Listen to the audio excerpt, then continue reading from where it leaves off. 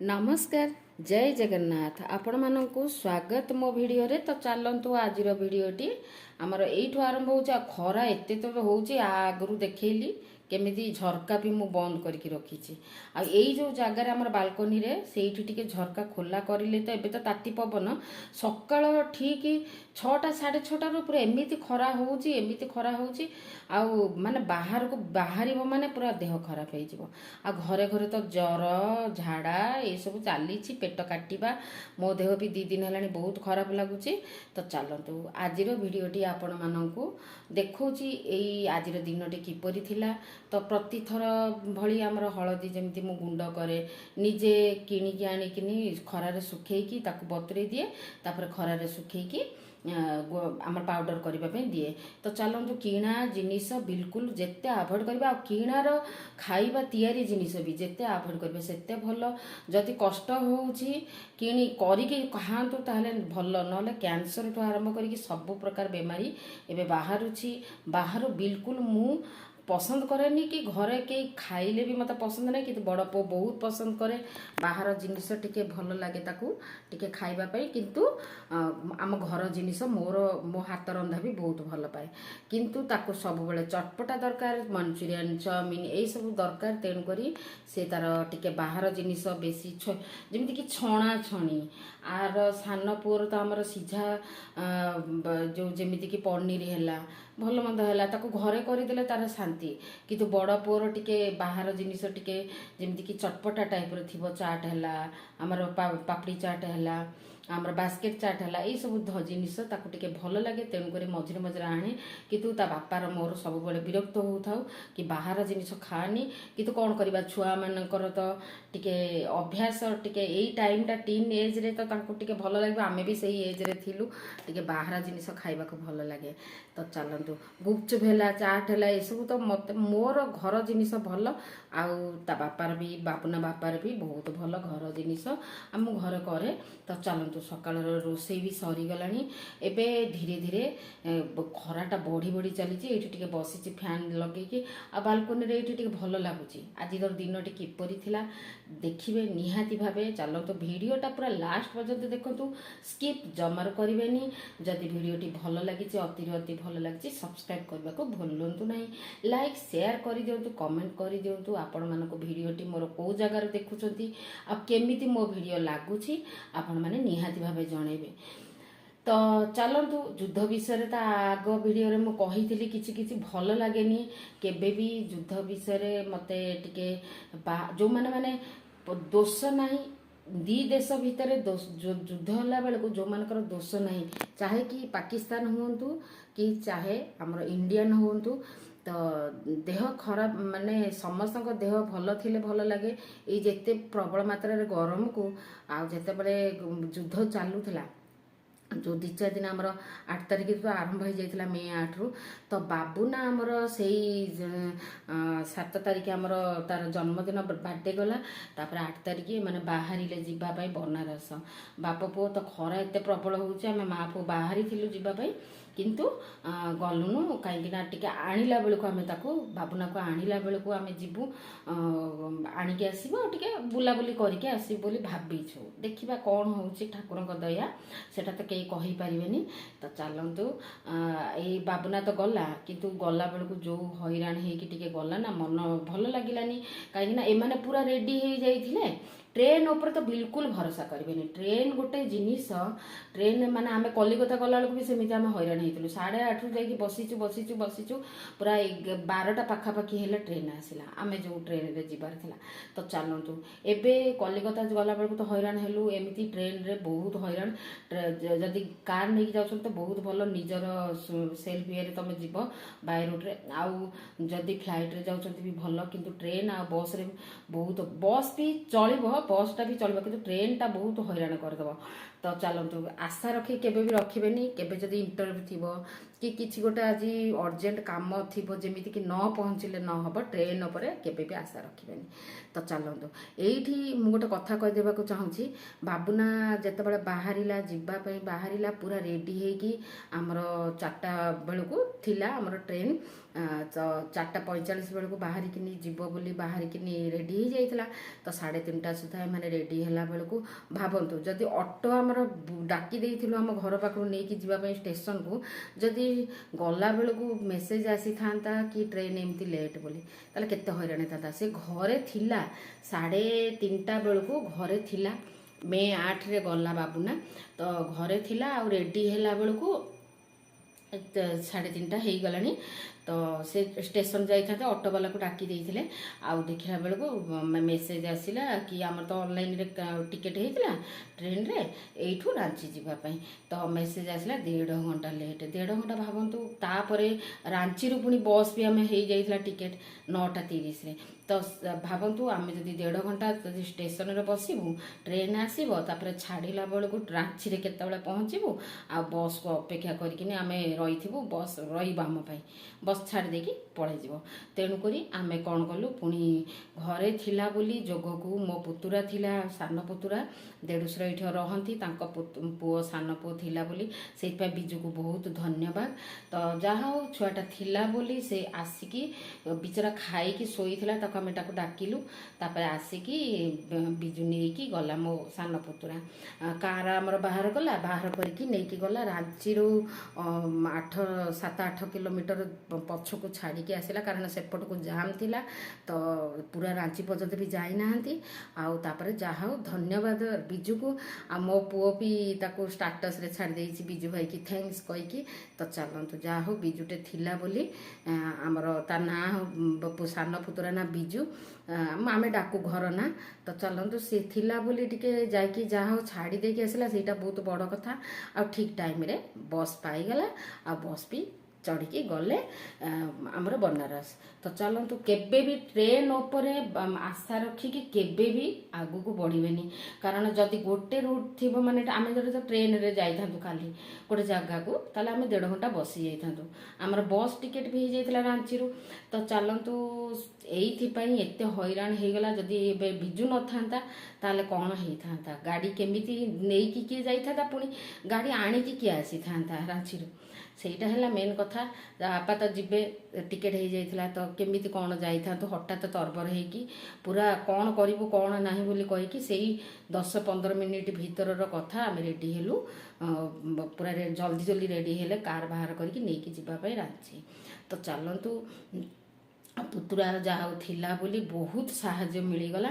ଆଉ ଏମିତି ସିଏ ବି ବାହାରକୁ ପଳେଇଯାଏ ଗାଡ଼ି ନେଇକି, ତ ବହୁତ ଅସୁବିଧା ହେଇଯାଇଥାନ୍ତା। ତ ଚାଲନ୍ତୁ, ସେଥିପାଇଁ ଅଶେଷ ଧନ୍ୟବାଦ ବିଜୁକୁ ରହିଲା। ଆଉ ଚାଲନ୍ତୁ, ଭିଡ଼ିଓଟି ଲାଷ୍ଟ ପର୍ଯ୍ୟନ୍ତ ଦେଖନ୍ତୁ। ଭିଡ଼ିଓଟି କେମିତି ଲାଗିଲା ଆପଣମାନେ ନିହାତି ଭାବେ ଜଣେଇବେ। ଆଉ ଟ୍ରେନ୍କୁ ତ ଭରସା ବିଲକୁଲ କରିବେନି।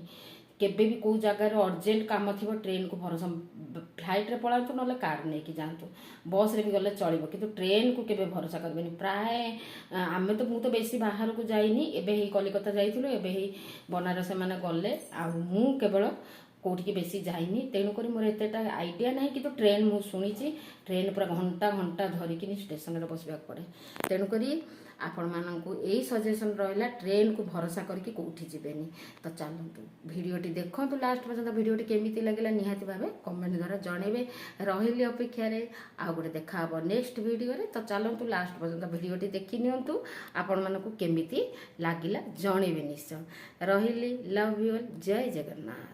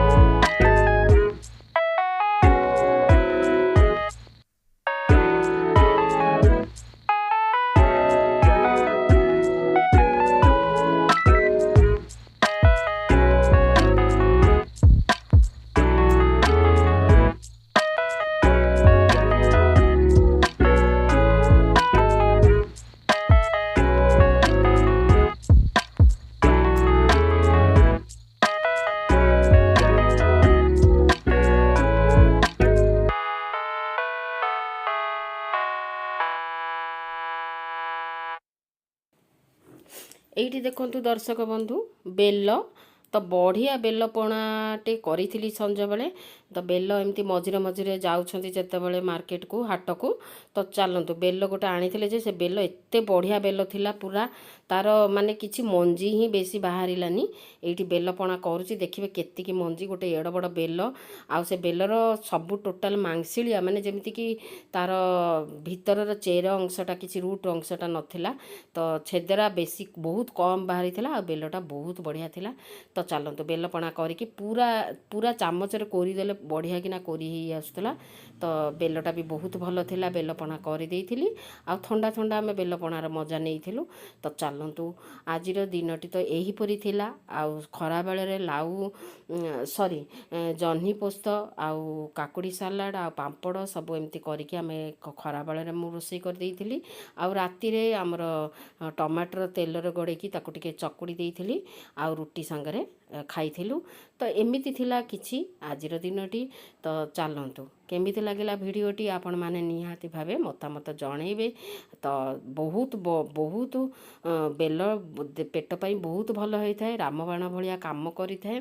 ତ ଗ୍ୟାସ୍ ପେଟ ହଉ ଆମର ଯେମିତିକି ବେଲଟା ସବୁ ବେଲ ପତ୍ରଠୁ ନେଇକି ବେଲର ଗଛର ସବୁ ଜିନିଷ ବହୁତ ଉପକାରୀ ହୋଇଥାଏ।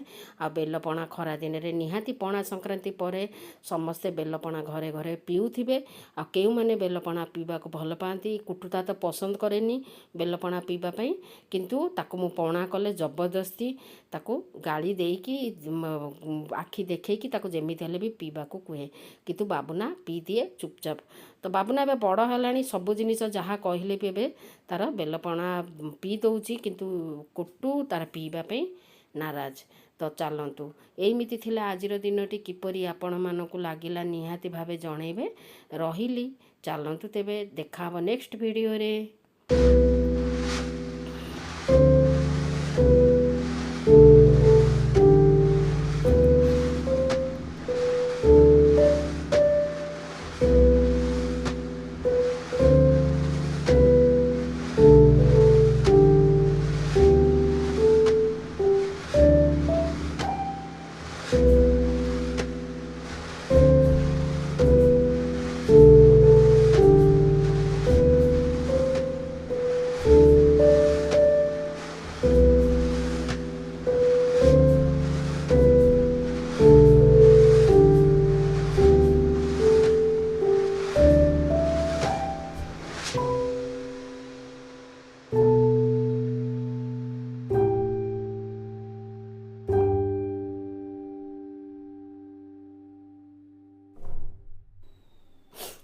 ଏଇ ଥିଲା ଦର୍ଶକ ବନ୍ଧୁ ରାତିର ଖାଇବା। ତ ରାତିରେ ଆମର ଟମାଟର ତେଲ, କଞ୍ଚା ଲଙ୍କା, ରସୁଣ, ପିଆଜ ଦେଇକି ଆକୁ ଚକୁଡ଼ି ଦେଇଥିଲି। ଆଉ ଏମିତି ବହୁତ ପସନ୍ଦ ଆମର ମିଷ୍ଟରଙ୍କୁ ଖାଇବା ପାଇଁ। ତ ଚାଲନ୍ତୁ ମୋ ହଜବେଣ୍ଡକୁ ଏମିତି ଜିନିଷ ବହୁତ ଭଲ, ଟିକେ ଜହ୍ନି ଚଟଣି ହେଲା ଇଏ ହେଲା ଏଗୁଡ଼ାକ ବହୁତ ସବୁବେଳେ ଖାଉଥାନ୍ତି, ବହୁତ ଭଲ ଲାଗେ ତାଙ୍କୁ। ଅଳ୍ପ ତେଲ ମସଲା, ବହୁତ କମ୍ ତେଲ ମସଲା ରୁଟି ଆଉ ଏଇ ପରଟା ବି ଖାଇବାକୁ ଭଲ ପାଆନ୍ତିନି, ପୁରୀ ଖାଇବାକୁ ଭଲ ପାଆନ୍ତିନି, କୌଣସି ଛଣାଛଣି ବେଶୀ ଭଲ ନାହିଁ।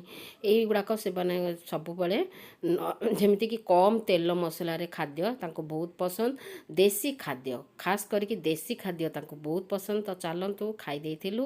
ଆଉ ଦର୍ଶକ ବନ୍ଧୁ ଭିଡ଼ିଓଟି ତ ଦେଖିଲେ, ଆପଣମାନଙ୍କୁ କିପରି ଲାଗିଲା ନିହାତି ଭାବେ। ଆଉ ଏତିକି ସମୟ ମୋ ଭିଡ଼ିଓଟିକୁ ଦେଖିଥିବାରୁ ଆପଣମାନଙ୍କୁ ଧନ୍ୟବାଦ।